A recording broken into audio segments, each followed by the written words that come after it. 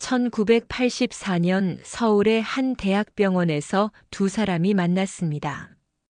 간호사 이미란과 대기업 신입사원 김지훈의 만남이었죠. 이미란은 당시 25세로 부산의 화목한 가정에서 자란 밝고 성실한 여성이었습니다. 간호대학을 졸업하고 서울의 대학병원에서 근무하며 환자들을 정성껏 돌보는 것으로 유명했죠. 그녀의 친정은 서로를 존중하고 믿어주는 따뜻한 분위기였습니다. 부모님은 딸의 선택을 항상 지지해 주었고, 이미라는 그런 환경에서 자신감과 긍정적인 마인드를 키워왔습니다. 김지훈은 28세로 명문대학을 졸업하고 대기업에 입사한 촉망받는 청년이었습니다.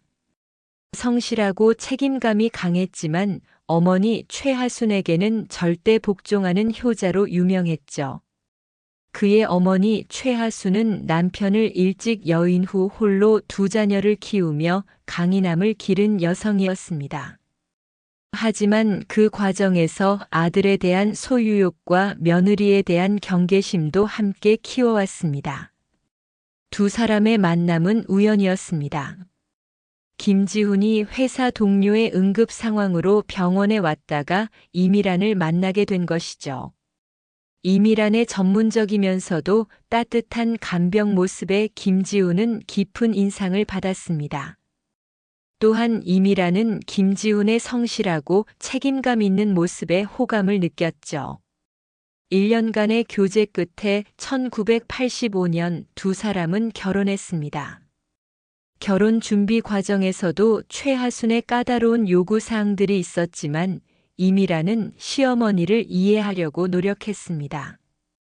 남편을 일찍 여인 시어머니의 마음을 헤아리며 자신이 더 잘해드리면 마음을 열어주실 거라고 믿었거든요. 신혼 초기, 이미라는 시댁과의 관계를 잘 유지하려고 최선을 다했습니다. 명절마다 정성껏 음식을 준비하고 시어머니의 말씀에 고개를 끄덕이며 순종했죠. 하지만 최하순은 며느리에게 만족하지 않았습니다. 며느리가 아무리 잘해도 자신의 아들을 빼앗아간 여자라는 생각을 지울 수 없었거든요.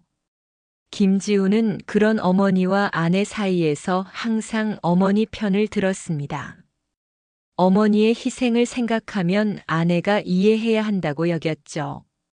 이미라는 남편의 그런 모습에 실망했지만 결혼 생활을 지켜나가기 위해 참아냈습니다.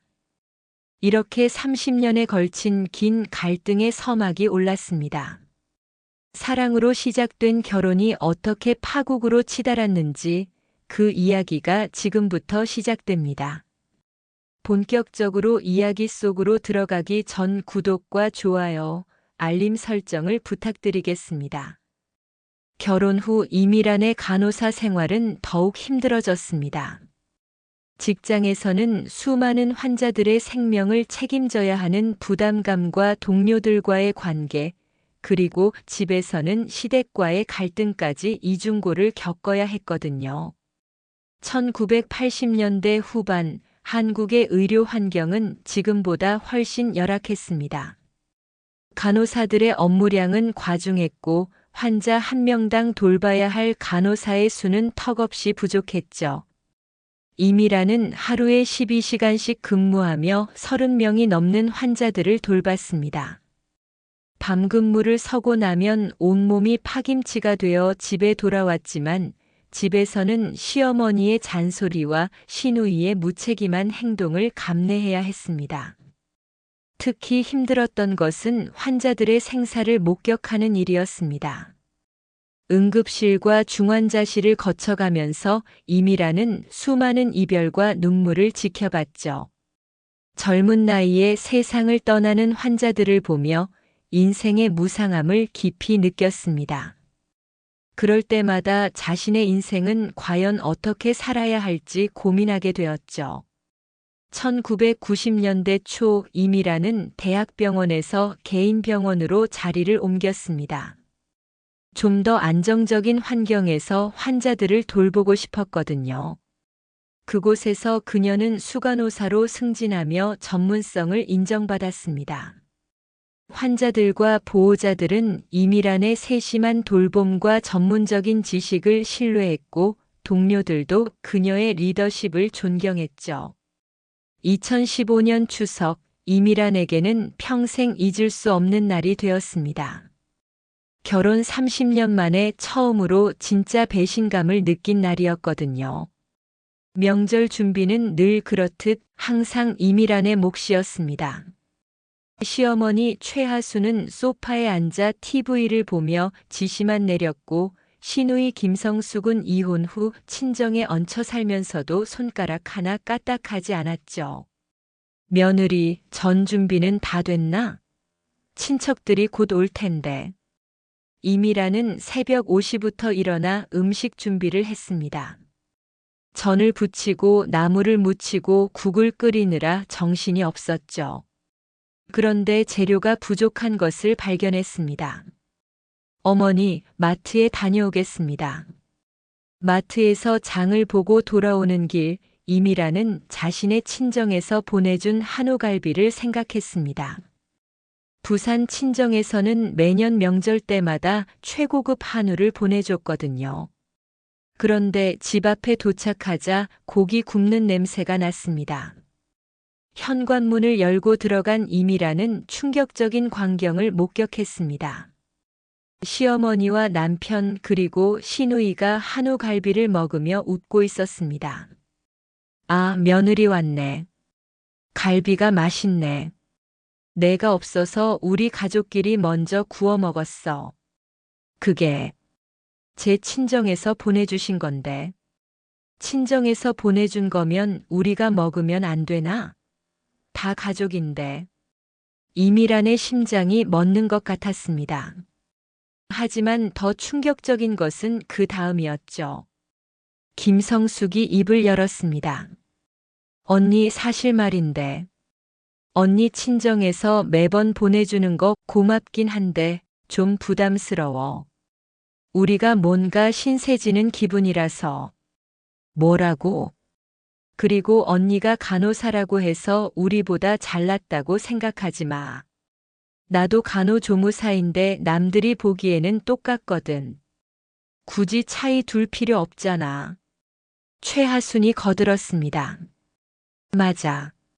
며느리, 내가 돈을 좀 버는 건 인정하지만 이 집안에서는 다 똑같은 사람이야. 너무 티내지 마. 이미라는 믿을 수 없었습니다. 30년 동안 시댁을 위해 희생하며 살았는데 이제 와서 친정의 정성마저 부담스럽다고 하다니요. 그런데 진짜 충격은 명절 당일 날이었습니다. 친정에 가려고 준비하는데 최하순이 또다시 말했습니다. 며느리, 오늘 손님들이 또 올 예정이야. 20인분 정도 음식 준비해놔라. 그리고 친정에는 내일 가거라. 오늘은 너 없으면 안 돼. 어머니, 저도 부모님을 뵈러 가야. 부모님은 언제든 볼 수 있잖아. 우리가 더 우선이야. 이미란이 결국 친정에는 하루만 갔다가 돌아왔는데 그날 밤 엄청난 사실을 알게 되었습니다. 김지훈의 휴대폰에 카드 대출 승인 메시지가 와 있었던 것입니다. 3천만 원이라는 거액이었죠. 여보, 이게 뭐야? 왜 대출을? 김지훈이 당황하며 대답했습니다. 그게 성숙이가 또 사기를 당했다네. 이번에는 좀 큰 금액이라서. 또 몇 번째야 정말. 그때 최하순이 나타났습니다. 며느리 가족이 어려울 때 서로 도와주는 게 당연한 거 아냐? 내가 그렇게 박정하게 굴면 어떡해? 박정하다고요? 제가요? 그래, 박정해.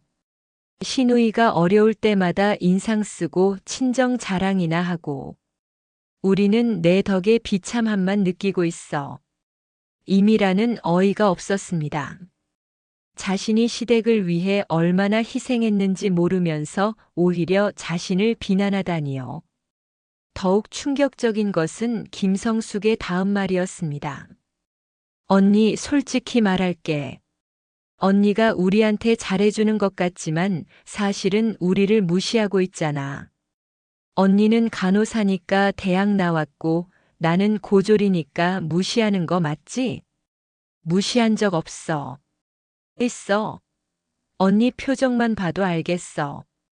우리를 불쌍하게 생각하면서 은혜 베푸는 것처럼 행동하잖아. 최하순이 결정타를 날렸습니다. 며느리, 솔직히 내가 이 집안에서 그렇게 대우받을 만한 특별한 사람이야? 그냥 평범한 간호사잖아. 우리 지훈이가 대기업 부장이니까 내가 그 덕을 보는 거지. 그 순간 이미라는 깨달았습니다. 30년 동안 자신이 얼마나 바보같이 살아왔는지를요. 이 사람들에게는 자신이 아무리 잘해도 소용없다는 것을요. 김지훈도 어머니 편을 들었습니다. 여보, 어머니 말씀도 일리가 있어. 당신이 좀 더 유연하게 생각해봐. 그날 밤 이미란의 마음속에서 30년 동안 쌓여온 모든 감정이 폭발했습니다. 분노, 실망, 배신감이 한꺼번에 밀려왔죠. 더 이상은 참을 수 없었습니다. 이 집안 사람들은 절대 변하지 않을 거였거든요. 이미란의 마음속에 처음으로 이혼이라는 단어가 떠올랐습니다. 2018년 겨울, 이미란과 시댁 간의 갈등이 돌이킬 수 없는 지점에 도달했습니다. 그 계기는 시어머니 최하순의 치질 수술이었죠.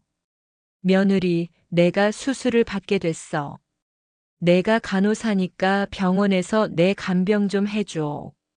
최하순의 당연하다는 듯한 요구에 이미라는 당황했습니다. 자신도 직장이 있고 환자들을 돌봐야 하는 상황인데 개인적인 간병까지 맡으라는 것이었죠. 어머니, 제가 직장에서 휴가를 내기가 어려운 상황이에요. 성수기가 시간이 더 자유로우니. 뭐? 며느리가 시어머니 아픈데 간병을 안 하겠다는 거야? 딸은 출가 외인이고 며느리가 안 하면 누가 해? 그 순간 이미란의 참을성에 한계가 왔습니다. 아무리 출가 외인이라고 해도 성수기는 지금 놀고 있잖아요. 저는 뭡니까? 저는 어머니 불리할 땐 가족이고 유리할 땐 남이에요. 30년 만에 처음으로 시어머니에게 대든 순간이었습니다. 최하수는 며느리의 반항에 경악했죠. 내가 감히 나한테 대들어? 지훈아, 내 마누라 말하는 것 좀 봐라. 그런데 더 충격적인 일이 벌어졌습니다. 김성숙이 갑자기 나서서는 이미란에게 악담을 퍼부었거든요. 언니가 뭔데 우리 엄마한테 그렇게 말해? 간호사라고 거만해졌나? 우리 오빠 돈으로 먹고 살면서. 이미라는 몸이 떨렸습니다. 30년 동안 시누이의 빚 때문에 얼마나 고생했는지 모르면서 오히려 자신을 비난하다니요. 성수가, 내가 지금까지 오빠한테 얼마나 폐를 끼쳤는지 알아? 8번이나 사기당해서 그때마다 누가 뒤처리했는데? 그게 어때서? 가족이니까 당연한 거 아냐?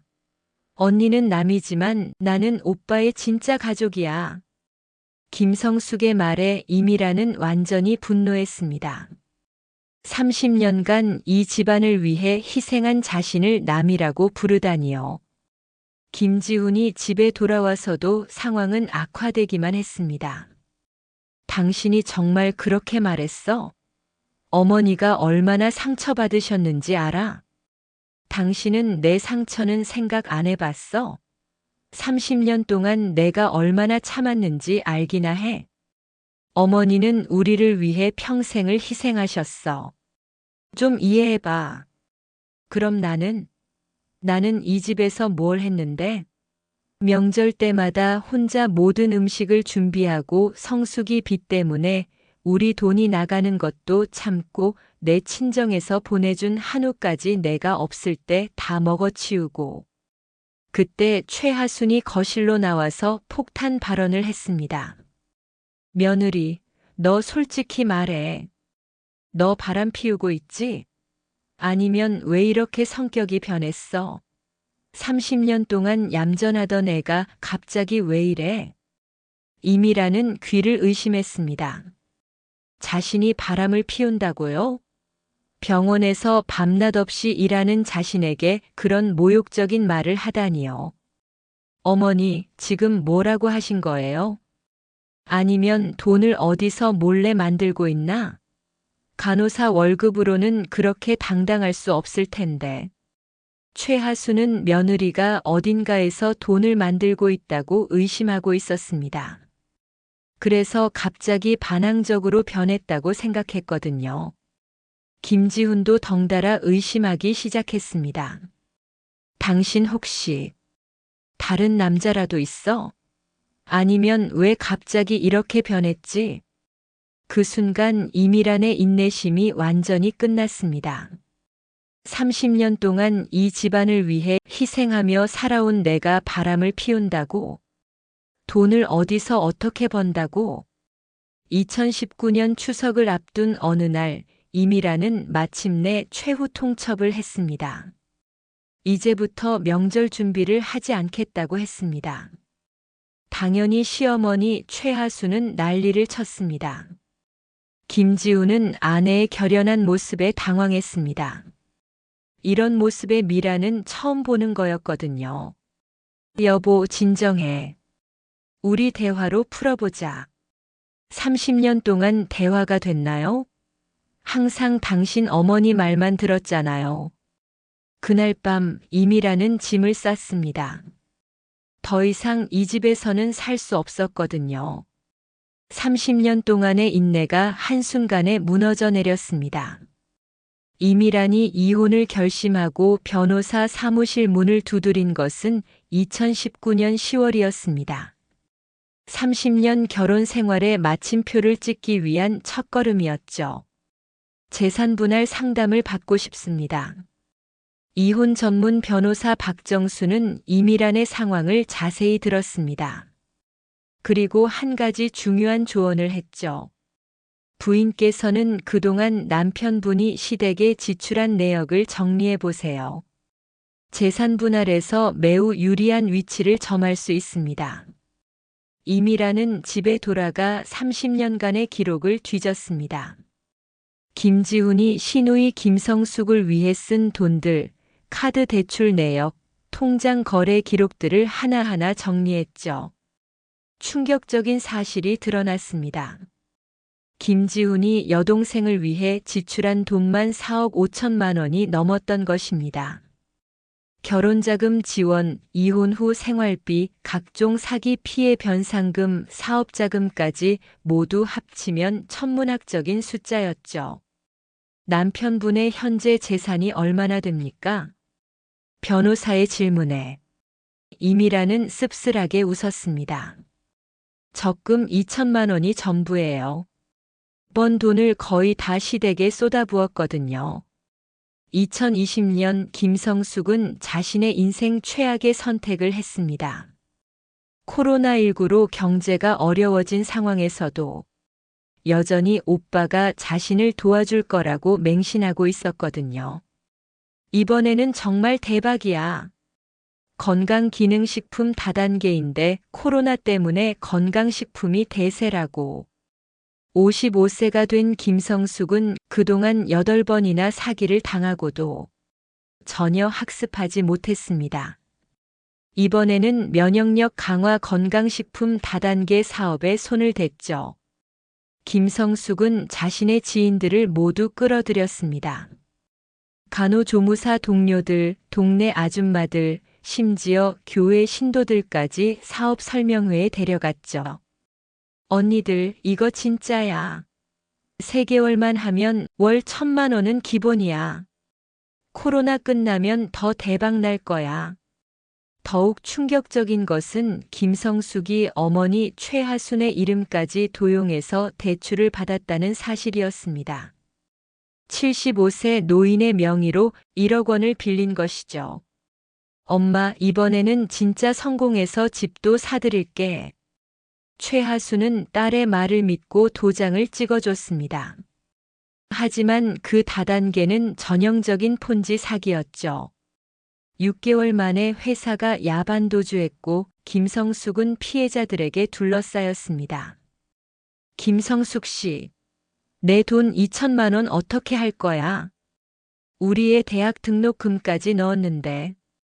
이 사기꾼, 경찰서로 가자. 김성숙은 패닉 상태에서 어머니에게 매달렸습니다. 엄마, 오빠한테 얘기 좀 해줘.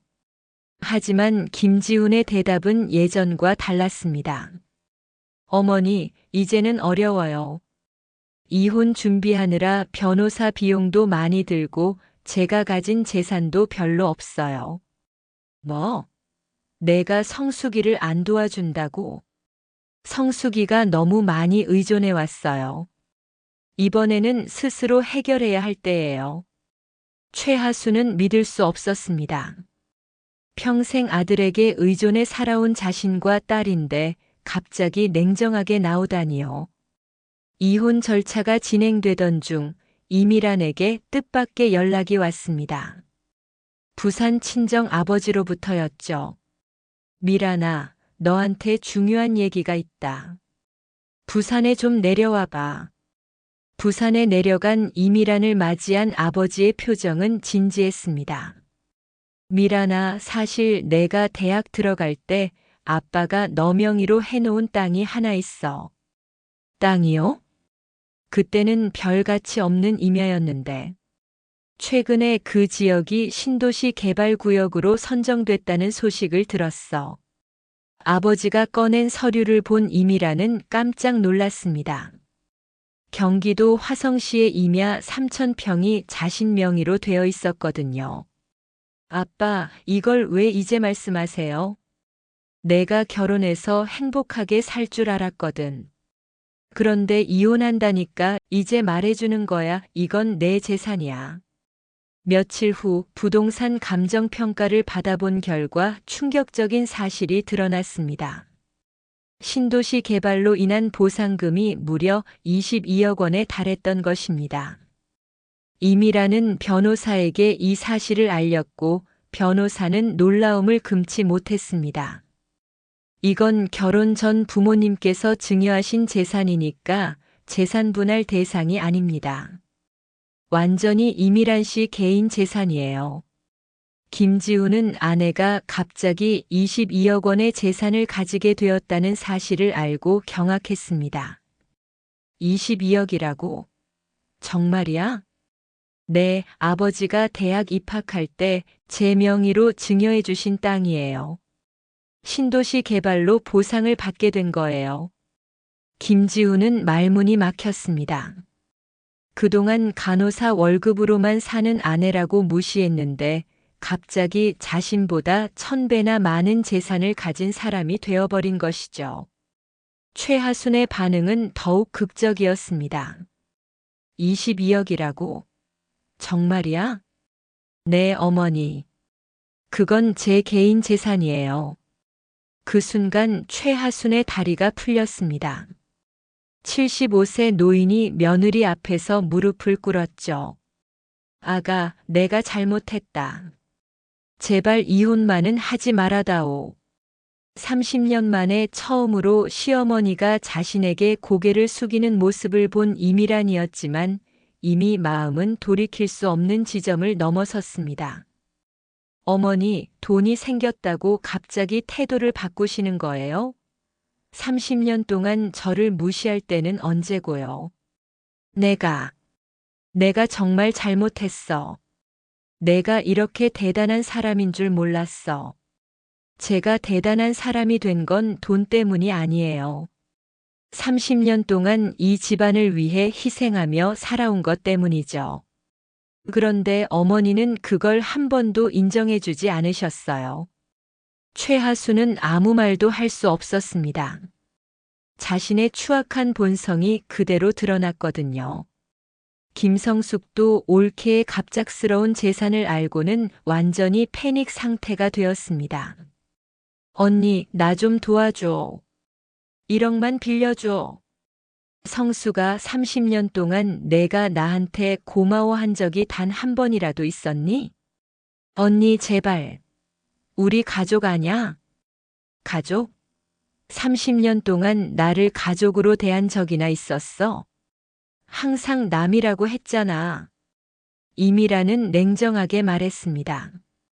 더 이상 이 가족에게 휘둘리지 않겠다는 결심이 확고했거든요. 내가 벌인 일은 내가 해결해.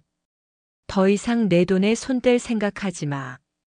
이미란에게 도움을 받지 못할 걸 확인하자 김성숙은 결국 극단적인 선택을 했습니다. 피해자들을 속여서 추가 투자금을 받아내려고 한 것이죠. 저희 회사가 일시적인 어려움을 겪고 있지만 곧 회복될 거예요. 조금만 더 투자해 주시면 2배로 돌려드릴게요. 하지만 곧 발각되었습니다. 피해자 중 한 명이 경찰에 신고한 것이죠. 2021년 3월 김성숙은 사기 및 다단계 판매업법 위반 혐의로 구속되었습니다. 엄마, 오빠한테 연락해서 변호사 좀 선임해달라고 해요. 구치소에서도 김성숙은 여전히 가족에게 매달렸습니다. 하지만 이번에는 아무도 도와주지 않았죠. 법원은 김성숙에게 징역 5년을 선고했습니다. 피고는 수차례에 걸쳐 사기 행위를 저질렀음에도 반성의 기미가 보이지 않습니다. 특히 75세 어머니 명의까지 도용한 점은 매우 악질적입니다. 판사의 선고를 들으며 김성숙은 그제야 현실을 깨달았습니다. 55년간 남에게 의존해서 살아온 자신의 인생이 얼마나 한심했는지를요. 한편 최하수는 딸의 구속과 아들의 이혼으로 완전히 무너졌습니다. 내가 뭘 잘못했길래 이런 일이. 하지만 여전히 자신의 잘못은 인정하지 않았습니다. 모든 것을 며느리 이미란 탓으로 돌렸죠. 다 이미란이 때문이야. 미란이가 우리 가족을 망쳤어. 75세 노인이 혼자 남겨진 집에서 중얼거렸지만 이제는 아무도 들어주지 않았습니다. 김성숙의 피해자들은 최하순에게까지 찾아와 돈을 요구했습니다. 어머님, 딸이 저지른 일인데 책임져야죠. 나는 모르는 일이야. 어머님 명의로 대출받은 돈도 있잖아요. 최하수는 그제야 자신이 얼마나 큰 덫에 걸렸는지 깨달았습니다. 평생 아들과 며느리에게 의존해 살아온 자신이 이제는 정말로 혼자가 된 것이죠. 이미라는 시댁의 몰락을 지켜보며 복잡한 감정을 느꼈습니다. 30년간 자신을 괴롭혔던 사람들의 말로였지만 통쾌함보다는 허무함이 더 컸죠. 이제 정말 끝났구나. 이미라는 새로운 출발을 위해 짐을 정리하기 시작했습니다. 이미라는 친정 아버지에게 깊이 감사했습니다. 아빠, 정말 고마워요. 덕분에 새로운 인생을 시작할 수 있게 됐어요. 우리 딸이 30년 동안 고생한 걸 생각하면 이 정도는. 이제 정말 내가 하고 싶은 대로 살아라. 22억이라는 큰 재산을 가지게 된 이미라는 이제 진짜로 자신만의 인생을 설계할 수 있게 되었습니다. 3년간의 세계 여행과 노인 전문 치료 컨설팅 센터 운영까지 모든 꿈이 현실이 될 수 있는 토대가 마련된 것이죠. 이제부터는 정말 내 인생을 살겠어. 이미란의 눈빛에는 30년 만에 처음으로 진정한 희망이 보였습니다. 2021년 6월 이혼 판결이 확정되었습니다. 이미란의 30년 결혼 생활이 공식적으로 막을 내린 순간이었죠. 재산 분할 결과는 예상대로였습니다. 이미란이 22억 원의 자산을 모두 가져가고 김지훈은 적금 2천만 원만 받았습니다. 이미란은 김지훈에게 현재 살고 있는 아파트를 김지훈이 가져가도록 변호사를 통해 조치해 주었습니다. 법정에서 김지우는 마지막으로 한마디 말을 했죠. 미란아, 정말 미안했어. 그동안 내 마음을 몰라줘서. 하지만 이미란의 대답은 차갑기만 했습니다. 30년 늦었어요. 이혼이 확정되자 이미란은 바로 사직서를 냈습니다. 25년간 다닌 병원에서의 마지막 날, 동료들과 환자들이 아쉬워했죠. 수간호사님, 정말 가시는 거예요? 네, 새로운 인생을 시작하려고요. 이미라는 환자들 한 명 한 명과 작별 인사를 나눴습니다. 특히 3년째 투병 중인 김순의 할머니가 눈물을 흘리셨죠. 간호사님, 그동안 고마웠어요. 간호사님 덕분에 여기까지 버틸 수 있었어요. 할머니 건강하세요. 제가 없어도 잘 지내실 거예요. 이미란도 울컥했습니다. 간호사로서의 마지막 순간이었거든요. 병원을 나서며 이미란은 깊이 숨을 들이마셨습니다. 30년 만에 처음 느끼는 자유로움이었죠. 첫 번째 목표는 세계 여행이었습니다. 그동안 꿈만 꿔왔던 일을 실행에 옮길 때였죠. 여행사를 통해 3년간의 장기 여행 계획을 세웠습니다. 유럽 6개월, 남미 1년, 아시아 1년, 그리고 아프리카 6개월. 정말 대단한 계획이시네요. 제 버킷리스트였거든요. 이미라는 설레는 마음으로 준비를 시작했습니다. 짐을 최소한으로 줄이고 모든 서류를 정리했죠. 가장 먼저 간 곳은 부산 친정이었습니다. 부모님께 이혼 소식과 여행 계획을 알려드려야 했거든요. 소식을 들은 어머니는 깜짝 놀라셨지만 곧 딸을 꼭 안아주셨습니다. 수고 많았구나, 우리 딸. 아버지도 마찬가지였습니다. 그 집안이 우리 딸을 얼마나 힘들게 했는지 다 알고 있었어. 이제야 자유로워졌구나. 이미라는 30년 만에 처음으로 친정에서 마음껏 울었습니다. 그동안 참았던 모든 감정이 한꺼번에 터져나왔죠. 엄마, 아빠, 나 이제 세계여행 갈 거예요. 3년 동안. 세계여행? 혼자? 네, 혼자요. 30년 동안 못했던 걸 다 해보고 싶어요. 부모님은 처음에는 걱정하셨지만 딸의 결심을 보고는 응원해 주셨습니다. 조심히 다녀와라. 우리가 여기서 기다리고 있을게.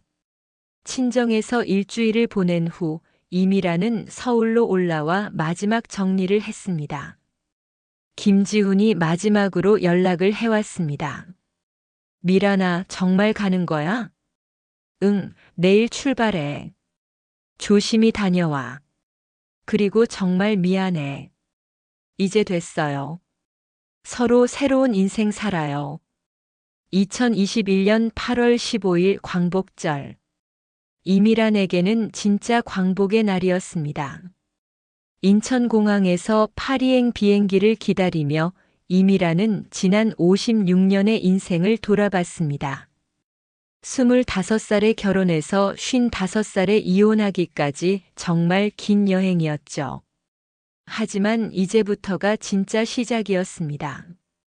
승객 여러분, 파리행 에어프랑스 항공편이 곧 출발합니다.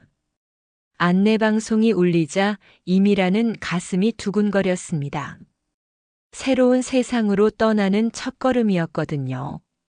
비행기가 이륙하며 한국 땅이 점점 작아져 갔습니다. 이미라는 창밖을 바라보며 조용히 다짐했습니다. 이제부터는 진짜 내 인생이야. 구름 위로 솟아오른 비행기처럼 이미란의 새로운 인생도 높이 날아오르기 시작했습니다. 3년간의 세계 여행이 끝나갈 무렵 이미란은 완전히 다른 사람이 되어 있었습니다. 파리에서 시작된 여행은 이미란에게 진정한 자유가 무엇인지 알려줬습니다. 30년 동안 매일 새벽 5시에 일어나 아침 식사 준비를 하던 자신이 에펠탑 아래 카페에서 여유롭게 커피를 마시고 있다는 게 믿어지지 않았거든요. 이탈리아 로마에서는 뜻밖의 일이 있었습니다. 바티칸 박물관에서 한국 관광객이 쓰러졌는데 이미란이 응급처치를 해서 생명을 구한 거죠. 그때 깨달았습니다. 간호사로서의 자신의 가치를요. 남미에서는 브라질 빈민가 의료봉사에 참여했습니다. 포르투갈어는 서툴렀지만 간호사의 손길은 언어를 넘어섰죠. 아이들의 밝은 웃음을 보며 이미라는 확신했습니다. 자신이 정말 하고 싶은 일이 무엇인지를요. 아프리카 케냐에서 여행의 마지막 시간을 보내며 이미라는 자신의 미래를 구체화했습니다. 한국에 돌아가면 노인 전문 치료 컨설팅 센터를 만들 거예요. 무료로 도움을 드리는 곳으로요.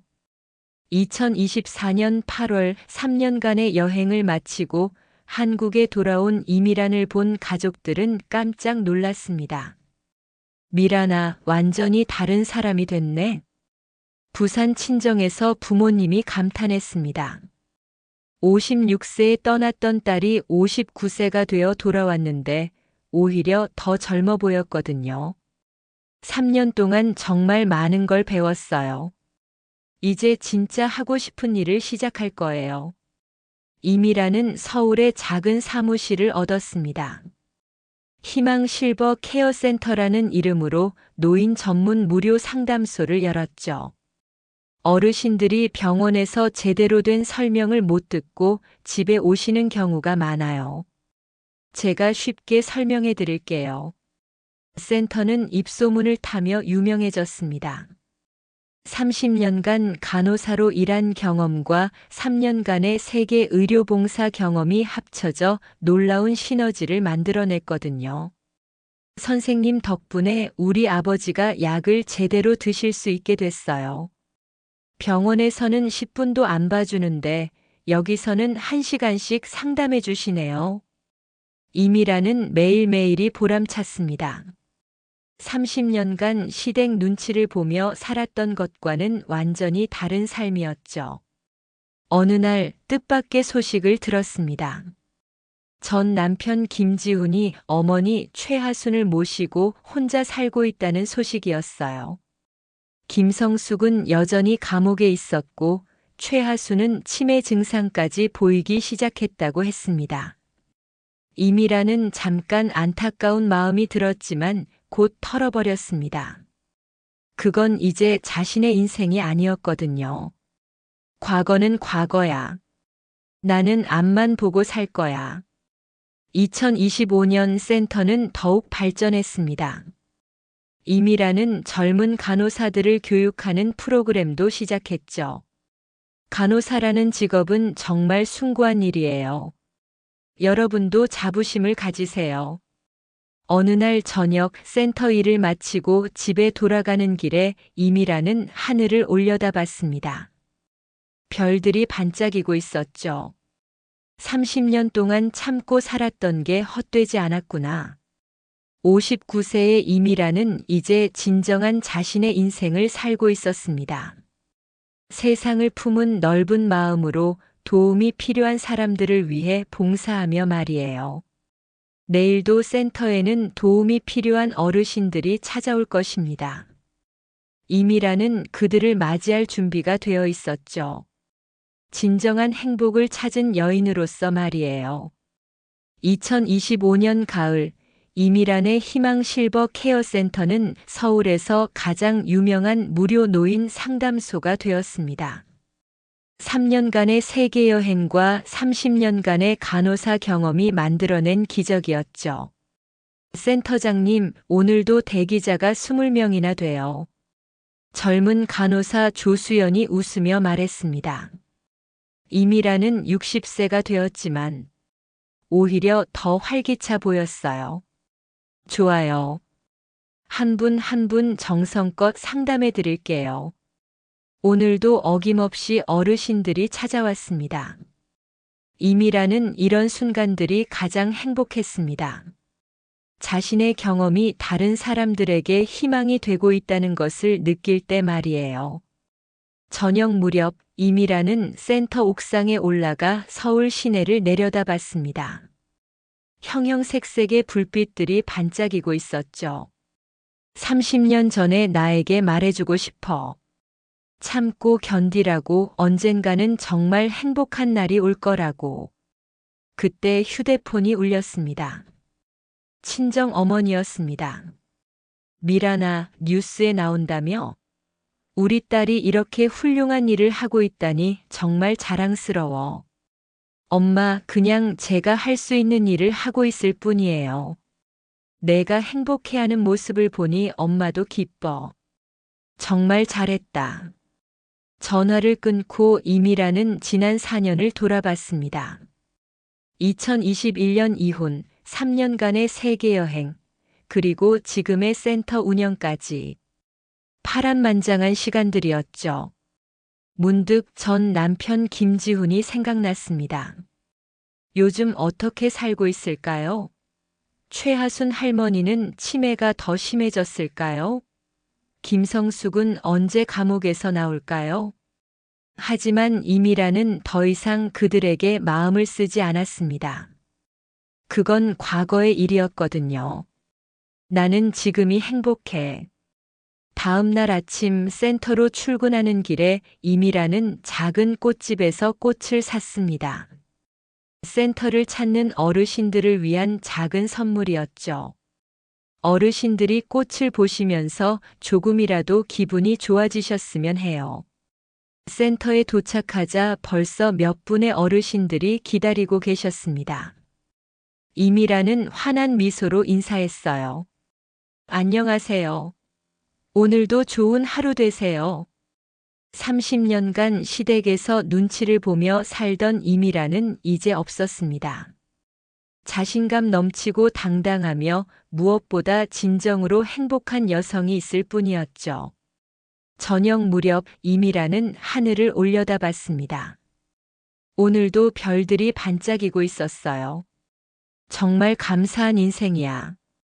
60세의 이미라는 이제 진정한 행복이 무엇인지 알고 있었습니다. 자신을 위해 사는 것, 그리고 남을 위해 봉사하는 것. 그 두 가지가 완벽한 균형을 이룰 때 찾아오는 것이 바로 진짜 행복이었죠. 여러분, 오늘 이미란 씨 이야기는 어떠셨나요?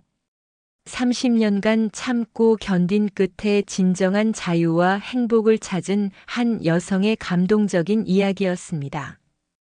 인생은 언제든 새롭게 시작할 수 있습니다. 나이는 숫자에 불과하고 진정한 용기만 있다면 누구든 자신만의 행복을 만들어갈 수 있어요. 인생극장이 준비한 영상은 여기까지입니다. 이 영상이 여러분에게 작은 용기와 희망이 되었다면 좋겠습니다. 구독과 좋아요, 그리고 알림 설정으로 앞으로도 더 많은 감동적인 이야기들과 함께 해주세요. 여러분의 응원이 더 좋은 콘텐츠를 만드는 힘이 됩니다. 고맙습니다.